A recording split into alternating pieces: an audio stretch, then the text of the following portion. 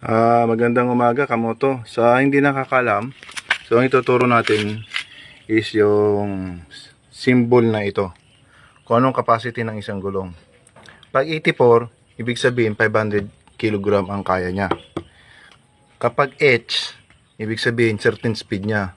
So ang ibig sabihin ng H na yan, 210 km/h. Yan ang kaya niya sa speed ng gulong nito. So more than that, maaari nang masira o sumabog itong gulong kasi hanggang doon lang yung limit niya. So lipat tayo sa iba. See?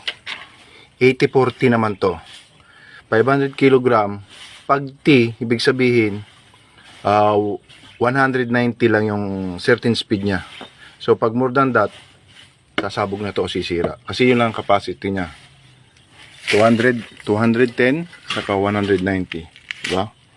Yan, so alamin din nyo yung mga kamoto kung anong ibig sabihin yan. So, ligtas ang may alam mga kamoto. Kasi alam natin yung kapasidad ng ating gulong. Kaya kung bibili kayo ng gulong o magche-check kayo, isama nyo to. Yan, isama nyo to. Para safety tayo. Okay kamoto? Salamat.